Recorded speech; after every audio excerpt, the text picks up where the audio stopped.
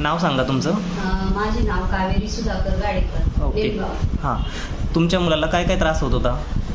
माझ्या मुलाला 1 महिना उलटला हा. की त्याला सर्दी, खोकला, ताप, हा.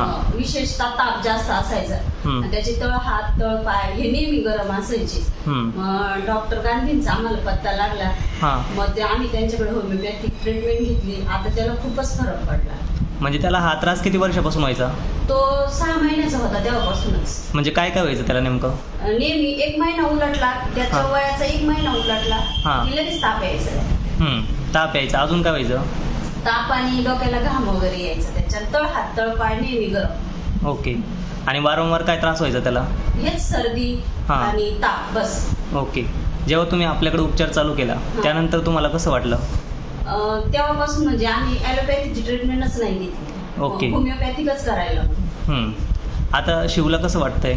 आता एकदम परफेक्ट झाला तो. ओके. एकदम आता- आजार पण जरा म्हणजे महिन्याला व्हायचं तर ते कमी प्रमाण झालं. ओके, चालेल. थँक्यू.